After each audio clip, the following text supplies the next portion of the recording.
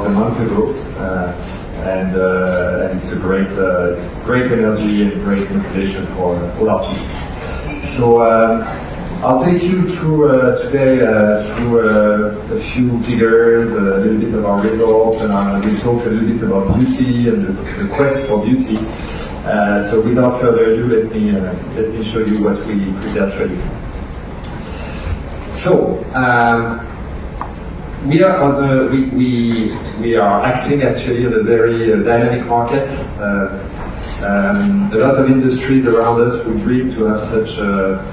growth rates on the market. Last year, the market globally grew around 8%, and it was a great year for the group. I'll share with you a few results, and these are global results, but L'Oréal as a group grew 1.4 times faster than the market in 2023, and that's global figures. And then, so it's the third consecutive year of double-digit growth. Of course, we are growing fast because we're catching up after COVID, where we had some turbulences, like pretty much every business around the world. But for the past 3 years, we've been growing very fast, and we reached above 40 billion euros of turnover last year. It's our best growth. If you look at many years of growth, it's our best growth in the past 20 years. Globally, and it's also been our best growth in Thailand for the past 20 years. It was a year of, as you know, beauty is about innovation and new products because we are on a market of aspiration. So a lot of it is about innovations, and it was a great year, a great vintage for us of valorized innovations. Here you see some of the innovations we brought to the Thai market in 2023. And this you know because we repeat it to you every year. We're the number one beauty company in the world, and after a great 2023. So of course, what drives us for the future is really this confidence in the beauty market. Because there's a strong appetite from consumers, from strong aspiration for beauty. So sorry for the many figures on this chart, but it's an interesting one. Here you see the growth of the market globally along the past 20 years. And so if you look, roughly at the average, you see that it was a market around 4 and 5%. You see the impacts of the crisis along the years. You see 2009, you see the COVID slowdown, you see the rebound after COVID, but you see that we're coming back to an average growth which is around 4 to 5%, and this makes us very confident for the future. Just sharing with you a few figures specific to Thailand. So this is the growth of the market in the past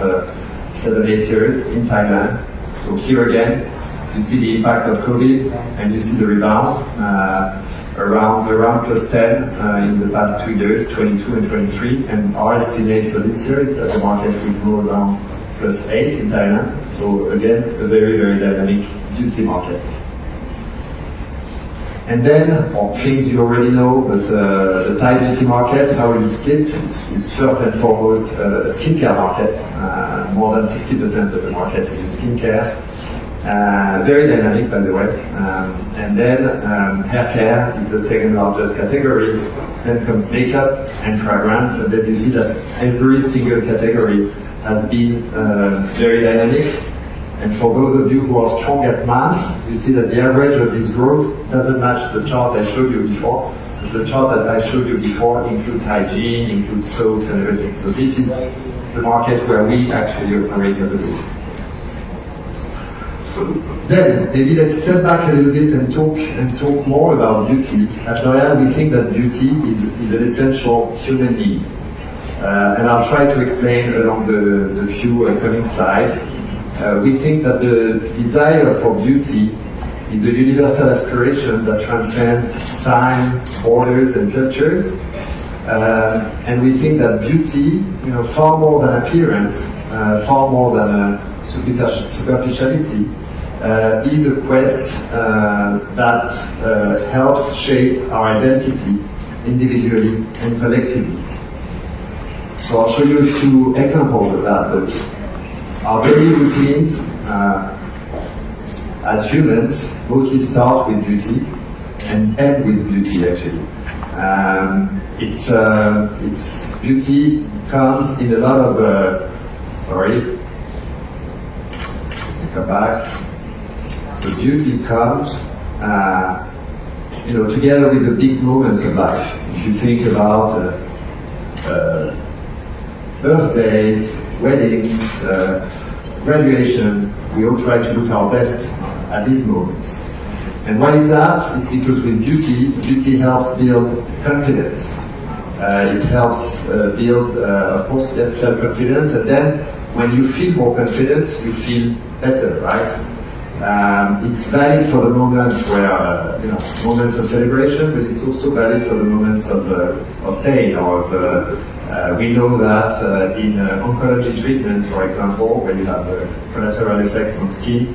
using beauty products can help you heal faster.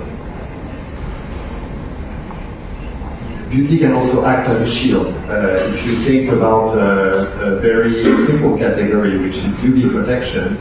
UV protection actually saves lives or helps address skin diseases. And then beauty helps you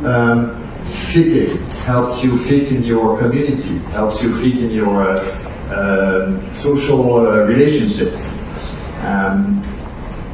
And it's also a category that very much reflects societal changes. When you see beauty trends evolving, probably the society is evolving as well. So let me summarize that into a movie. What is beauty? What purpose does it fulfill? Is it superficial? Is it alienating or is it liberating?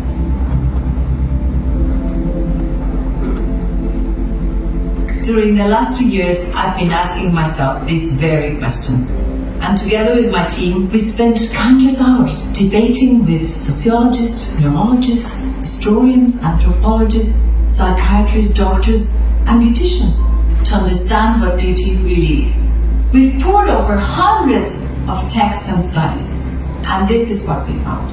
Many people think beauty is superficial, but in doing so, they're simply not looking deeply enough. Beauty has been an essential human need from time immemorial. From Homo erectus to the metaverse, there's no culture, no time period, and no civilization that has not needed beauty, or in fact survived without it. Beauty has been an infinite source of innovation and creativity. As we go through life, every important moments of our individual lives are also marked by beauty rituals. Beauty is about self-identity and self-expression. It helps us feel good about who we are, and it helps us mark the passage of time. Our day both begins and ends with beauty rituals, allowing us to pause and connect with the person we see on the other side of the mirror. It is essential to the construction of our identity. But it's also as much about social belonging. Through the laws of attraction, beauty is like a social glue that attracts us to one another. We follow beauty norms to show we belong to a group, but we can also disrupt them to show other affiliations. In any event, beauty is deeply social. And this is especially so when we are facing hardship.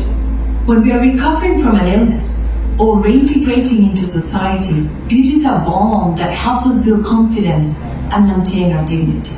In these moments, the quest for beauty can be a form of empathy and solidarity. When someone looks after us, combs our hair, massages our hands, or applies makeup for us, we feel their touch and their care. Of course, when we face the mirror of society, beauty can be an ambivalent force, both alienating and liberating. But it is in understanding the light and the dark sides of beauty that we can construct a human, responsible, and inclusive beauty. At L'Oréal, ethics is very important to us, and what we now call cosmetics is deeply ingrained in our culture. Many people underestimate the beauty industry, but it is a dynamic and growing industry. At 270 billion euros sales a year, the beauty industry has a major socio-economic impact, employing millions of people around the world and, of course, making us feel good. Since 1909, L'Oréal has been dedicated to one thing and one thing only: creating beauty. Beauty is an essential human need. At L'Oréal, we strive to respond to the beauty needs of everyone.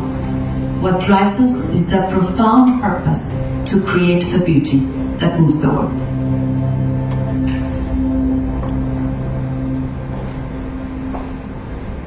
Okay, so that's for the big picture in the L'Oréal Group. Now I'd like to share with you a few key trends that have to do with Thailand. So what's coming up, what will be our future growth drivers in this country. There's some underlying trends that are interesting in Thailand. The first one is, even though Thailand is already a transition country and no longer an emerging country, we still have a middle class that's growing and that should reach 50 million people by 2030. It's roughly growing 1 million people every year that are entering the middle class in Thailand, and that's interesting for the business of beauty. The second big underlying trend is the fact that our consumers here in Thailand are extremely digital. Among the most, so we're in one of the markets that's the most penetrated by digital apps, social networks, etc., etc.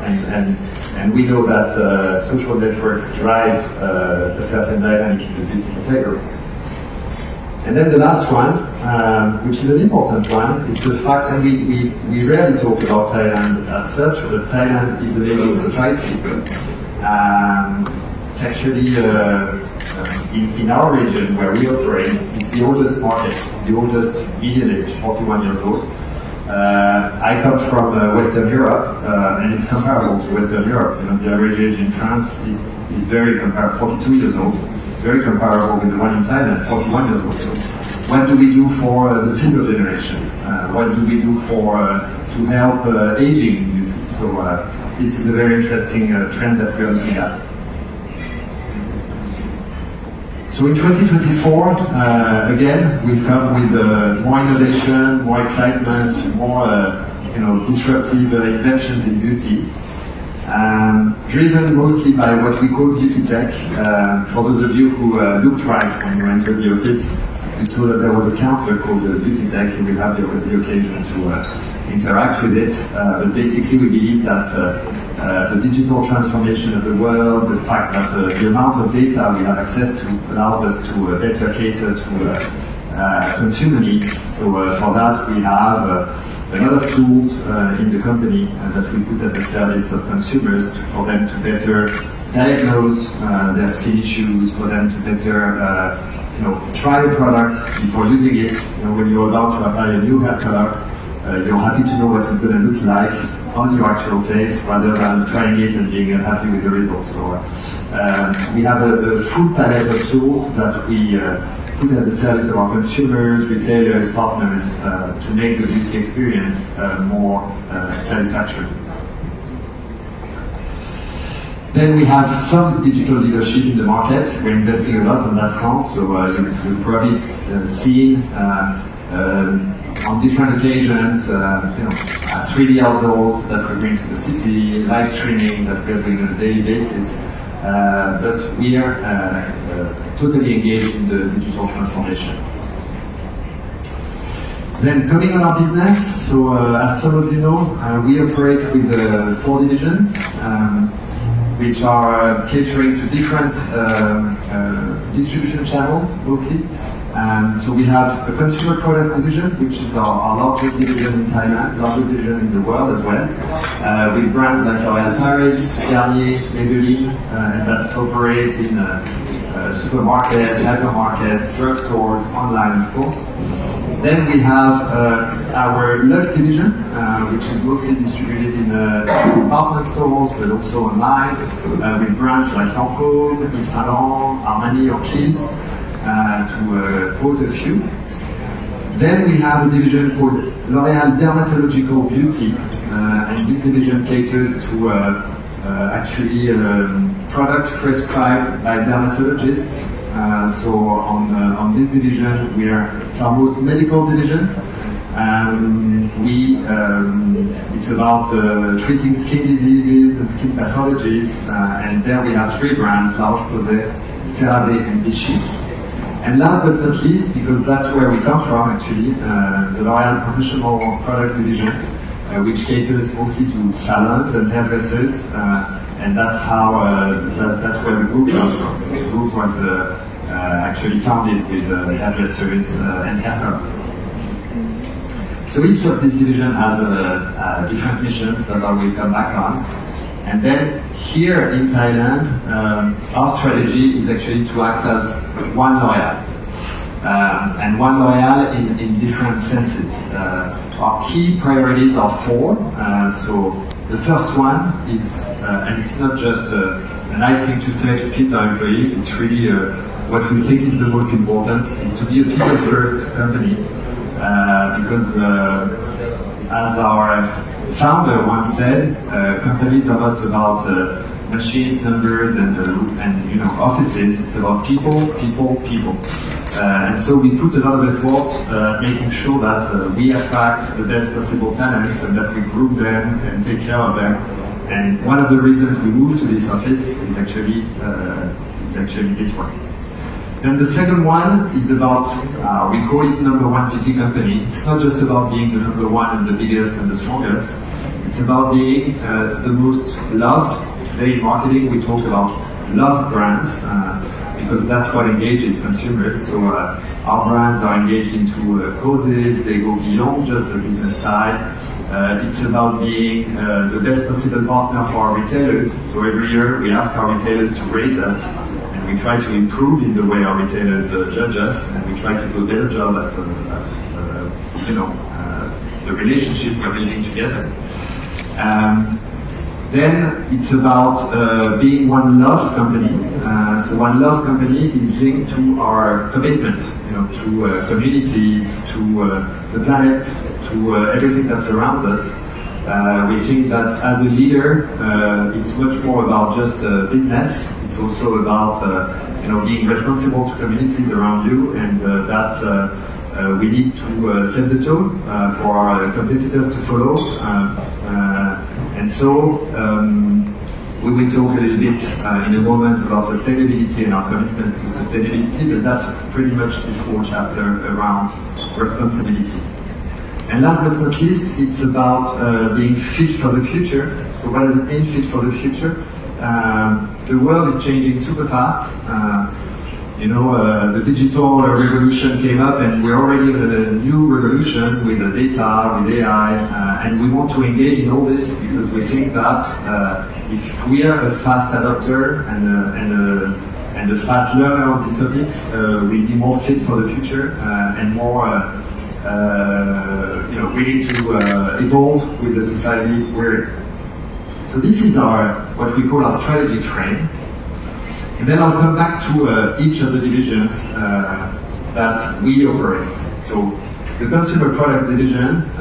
is a sum of three brands. The number one is L'Oréal Paris. So L'Oréal Paris is it's a bit strange because it's also the name of the group, L'Oréal Group. But L'Oréal Paris is one of our biggest beauty brands. It's the biggest beauty brand in the world, and it's a very large brand that addresses all beauty categories. It's active on skincare, makeup, hair care, hair color, men. So it's probably our widest brand in the portfolio. Then beyond L'Oréal Paris, we have Garnier. So Garnier is a very special brand in Thailand. It's the number one beauty brand actually in this country. Number one skincare brand in Thailand. So it's a brand that has grown, globally, partly from this market. Some of our products in the market and globally were created in Thailand, catering to Thai consumers, and actually became big blockbusters worldwide. And then, last but not least, Maybelline. It's the number one beauty brand in the world. It's also the number one number one makeup brand in Thailand. And our main makeup arm on this market.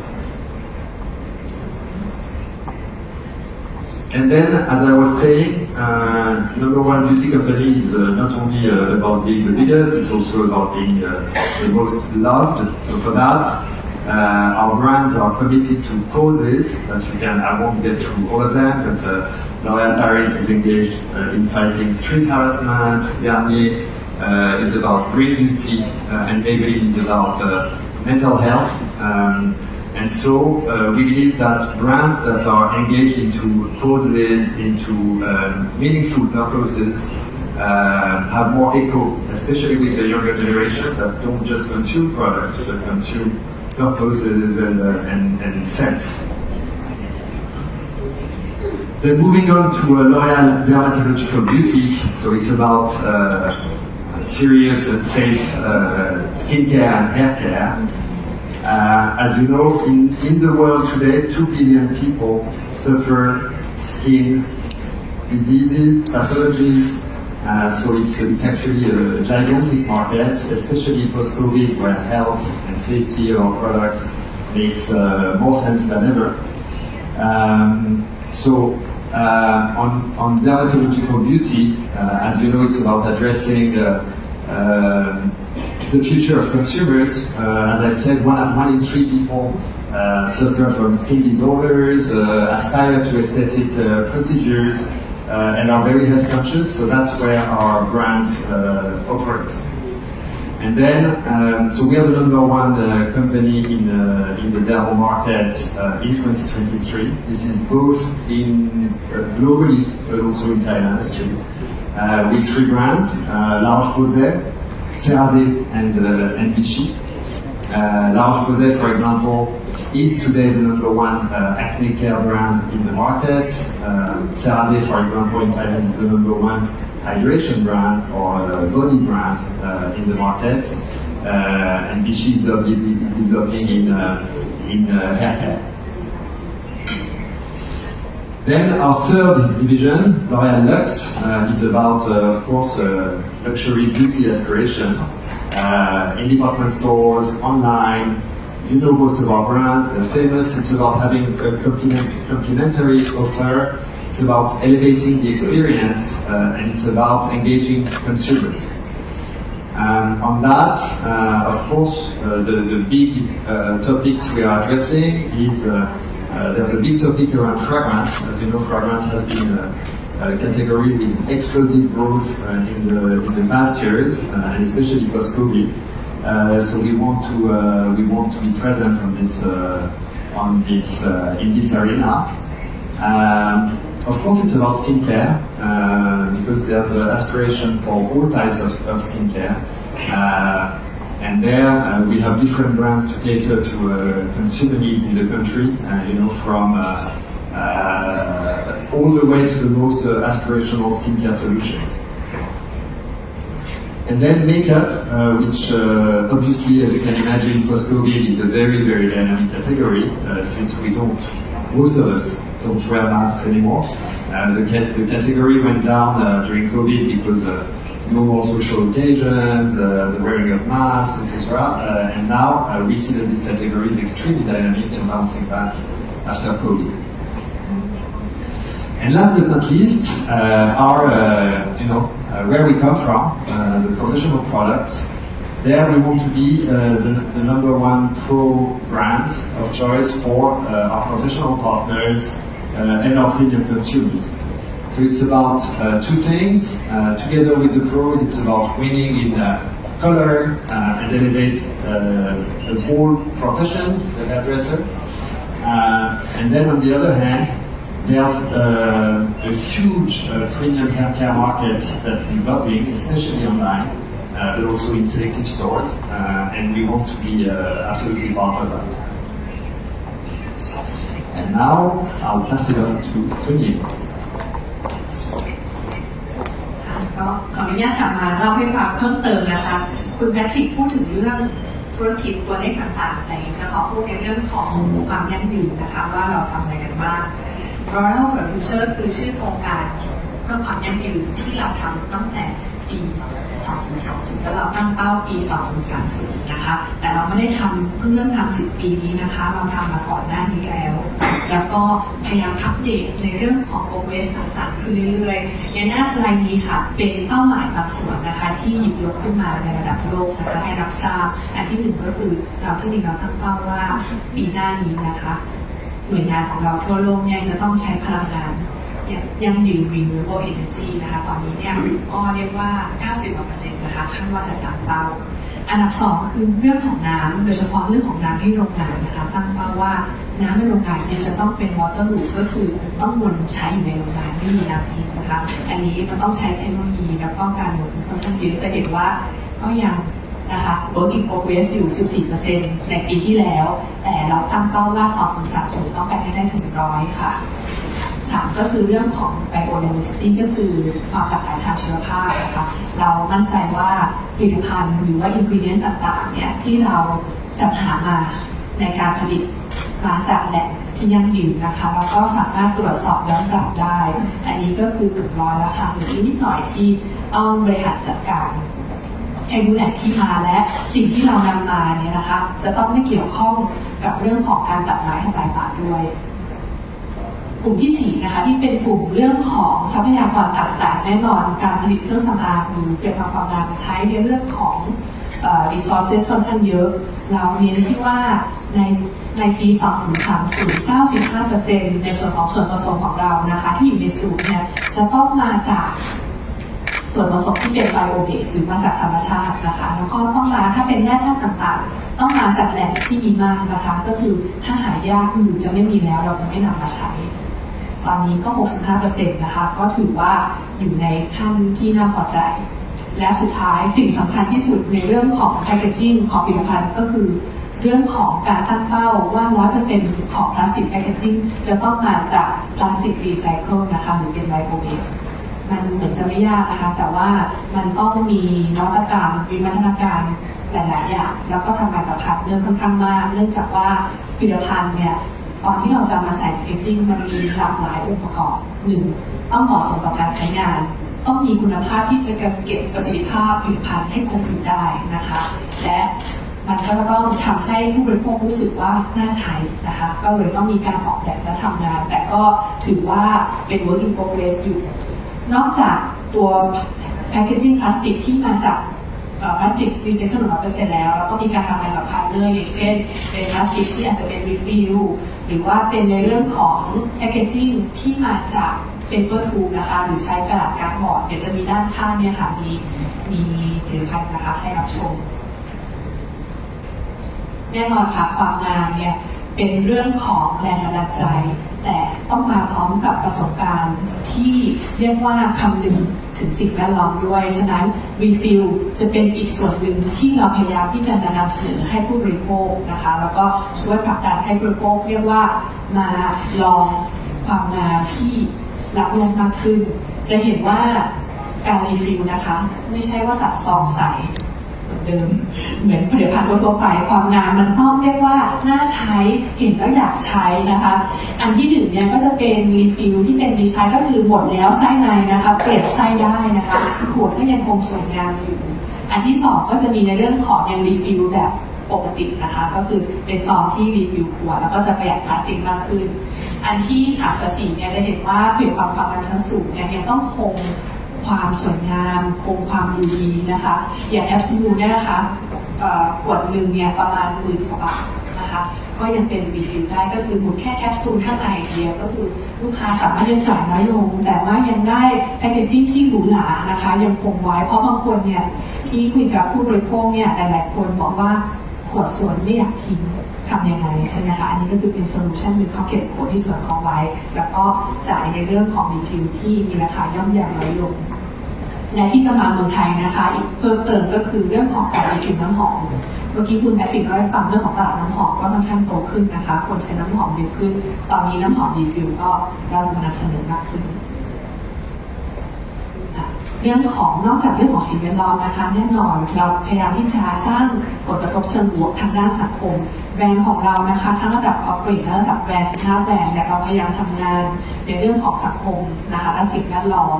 เดี๋ยวจะเล่าให้ฟังนะคะว่ามีอะไรบ้างอันนี้ก็คือเป็นภาพรวมก่อนได้เห็นทางด้านว่าจะสอนทำผมก็ดีนะคะหรือให้ความรู้ก็ดีความส่วนคุณแพทริกเล่าให้ฟังไปนะคะของแบรนด์แล้วปารีสก็คือในเรื่องของโปรแกรม Stand Up ที่ให้ความรู้ในเรื่องของความรุนแรงบนท้องถนนนะคะปีที่แล้วเทรนคนไปได้เกือบ 20,000 นะคะ 18,000 คนแล้วปีนี้ก็จะเพิ่มจำนวนขึ้นอีกเพราะว่าการที่เราจะใช้ชีวิตทั่วไปให้ความเกิดความมั่นใจแน่นอนเราก็ต้องรู้สึกว่าปลอดภัยนะคะนี่ก็เลยเป็นวัตถุประสงค์ในการที่สอนประชาชนทั่วไปเลยหน่วยงานต่างๆสอนฟรีนะคะเราทำงานร่วมกับหน่วยงานไทยว่าเทคนิคแบบไหนที่เวลาออกไปเจอในเรื่องของภัยคุกคามแล้วจะช่วยได้หรือเอาตัวเองจากส่วนนั้นได้อันที่2นะคะ YSL Abuse is not love ความรุนแรงไม่ใช่ความรักสิ่งนี้เป็นสิ่งที่เราพยายามที่จะเรียกว่าให้ความรู้โดยเฉพาะเด็กรุ่นใหม่นะคะไม่ใช่ว่าเขารู้สึกผูกปวดหึงหวงเราและคือเขารักเราจริงๆอาจจะเป็นสัญญาณเตือนภัยเล็กๆน้อยๆที่ทำให้เกิดข่าวบนหน้าหนังสือพิมพ์ที่เราไม่อยากเห็นนะคะก็จะเข้าไปตามมหาลัยกับมูลนิธิหญิงชายก้าวไกลนะคะให้ความรู้9สัญญาณเตือนภัยความรุนแรงในคู่รักกับนักศึกษามหาลัยนะคะก็เพิ่งเริ่มต้นไปเมื่อปลายปี 2022 นะคะปีที่แล้ว 2023 ก็ได้ประมาณเกือบ800 คนต่อมาค่ะมิวเบอรีนิวยอร์กนะคะ mental health เรื่องของสุขภาพจิตเป็นปัญหาที่สำคัญโดยเฉพาะกับกลุ่มคนรุ่นใหม่ก็ทำงานกับ Logistic App นะคะในการเรียกว่ามีสายที่สามารถที่จะโทรเข้าไปปรึกษาโทรเข้าไปเป็นเพื่อนคุยได้เวลาที่เครียดหรือว่ามีแบบอยากจะหาใครสักคนรับฟังหรือปรึกษาเรื่องของmental health นะคะก็เพิ่งเริ่มต้นไปพฤศจิกาปีที่แล้วนะคะรับคอไปประมาณเกือบ 2,000 คอนะคะแค่2 เดือนปีนี้ก็ยังทำด้วยกันอยู่จากฝั่งคอร์ปอเรทนะคะทีมหญิงเองก็คือสอนในเรื่องของให้ทักษะเสริมสวยนะคะทำผมฟรีโดยทำงานนะคะกับทางภาครัฐและภาคเอกชนปีที่แล้วก็สอนไปได้100 กว่าคนจริงๆแล้วเราเน้นทางด้านคุณภาพนะคะเรียน1 เดือนถึง 3 เดือนแล้วก็เรียกว่าออกมาเป็นผู้ช่วยช่างช่วยในเรื่องของคอนเนคในเรื่องของหางานให้ด้วยเพราะเราต้องการที่จะให้คนโดยเฉพาะผู้หญิงเนี่ยมีอาชีพแล้วก็การมีทักษะเขามีอาชีพรายได้ที่มั่นคงนะคะก็เลยจะทำให้ความงามเนี่ยสำหรับคุณภาพชีวิตที่ดีขึ้นตามชื่อโครงการสุดท้ายนะคะก็คือเราเนี่ยทำงานกับซัพพลายเออร์เยอะทำยังไงที่เราจะทำให้เรียกว่าการทำงานของเราสร้างผลกระทบสบู่ได้แล้วก็มีโปรแกรมที่เรียกว่า solidarity sourcing หรือโครงการจัดซื้อจัดจ้างผู้ด้วยกับความสังคมทางสังคมนะคะก็คือจ้างงานผู้ด้วยกับว่าจะเป็นคนแก่คนพิการนะคะกับซัพพลายเออร์ของเราปีที่แล้วก็ซัพพลายเออร์ของเราทำงานกับเราในการจ้างกลุ่มคนเหล่านี้ไปได้เกือบ200 คนนะคะก็จะเห็นว่าเราเน้นทางด้านของงานด้านสังคมค่อนข้างเยอะจะไม่พอค่ะเราจะแบรนด์ของเราจะมาเรื่อยๆปีนี้จะมีอีก3 แบรนด์ที่ทำงานจนขึ้นทางด้านสังคมเซรามีนะคะแบรนด์อันดับ1ที่เป็นในเรื่องของกลุ่มเดอร์โมนะคะก็จะทำงานร่วมกับมูลนิธิเหมือนกันค่ะในการเรียกว่าช่วยให้ผู้คนที่อยู่ห่างไกลนะคะสามารถเข้าถึงการดูแลผิวพรรณเพราะว่าการดูแลผิวพรรณไม่ใช่เฉพาะความงามนะคะในกลุ่มนี้คือเรื่องของโรคผื่นแพ้ผิวหนังหรือว่าโรคในเรื่องของปัญหาเรื่องสิวอื่นๆนะคะที่อาจจะส่งผลกระทบต่อคุณภาพชีวิตเราจะทำงานกับมูลที่ทีนันนะคะในการออกกองหรือว่าทำงานกับอสม.ในการให้ความรู้นะคะผู้ที่อยู่ต่างจังหวัดในเรื่องนี้อันที่2ลาโรสโปเซจะเน้นเกี่ยวกับเรื่องของมะเร็งนะคะเพราะว่าการเป็นมะเร็งเนี่ยบางทีระหว่างการรักษาเนี่ยผู้ป่วยจะมีปัญหาในการดูแลผิวเยอะเพราะมันจะมีผลข้างเคียงจากการรักษานะคะก็จะไปให้การดูแลนะคะในช่วงนั้นว่าทำอย่างไรในการที่จะรักษามะเร็งนะคะและระหว่างนั้นจะดูแลผิวพรรณหรือว่าผู้ที่อยู่ใกล้ชิดเนี่ยควรจะช่วยดูแลกันแบบไหนและสุดท้ายที่จะเปิดตัวในปีนี้ในมิถุนายนก็คือแบรนด์คิวส์นะคะก็เน้นเรื่องความหลากหลายมองว่ากิจกรรมโปรแกรมชื่อว่า Open Doors ก็คือจะเรียกว่าเปิดรับให้ความช่วยเหลือกับกลุ่มที่เป็น LGBTQ โดยเฉพาะกลุ่มที่อาจจะเป็นใครจะไม่อยู่ต่างประเทศที่ไร้บ้านนะคะแต่ที่อาจจะมีความยากลำบากในการที่จะเปิดตัวหรือว่าเรียกว่ามีปฏิสัมพันธ์กับที่บ้านและเปิดเผยตัวตนของเขานะคะแล้วก็จะทำงานนะคะร่วมกับทางมูลนิธิเพื่อมามูลนิธิ TGA ก็คือThai Transgender Association นะคะเพื่อมาให้ความรู้กับเยาวชนที่เป็นกลุ่ม LGBTQ นอกจากนั้นค่ะกลุ่มอันที่ผ่านมาเนี่ยเป็นกิจกรรมเป็นโครงการที่เราทำในประเทศไทยและใช้งบประมาณของประเทศไทยทั้งนี้ค่ะเราอยู่ในบริษัทโกลบอลจะมีเรียกว่ากองทุนที่เรียกว่า Royal Fund for Women จาก Royal Group เราก็พยายามที่จะทำงานเพื่อให้นะคะเม็ดเงินทุนเหล่านั้นมาช่วยเสริมสร้างแล้วก็สนับสนุนในเรื่องของโครงการต่างๆที่อยู่ในประเทศที่เราดูแลของเรา4ประเทศนะคะมีลาวพม่าเวียดนามเขมรนะคะเราก็มี8 NGO แล้วที่ได้รับงบประมาณจากทาง Royal Group ในกองทุนนี้มาช่วยเหลือสตรีโดยเฉพาะไม่ว่าจะเป็นกลุ่มสตรีที่อาจจะเรียกว่า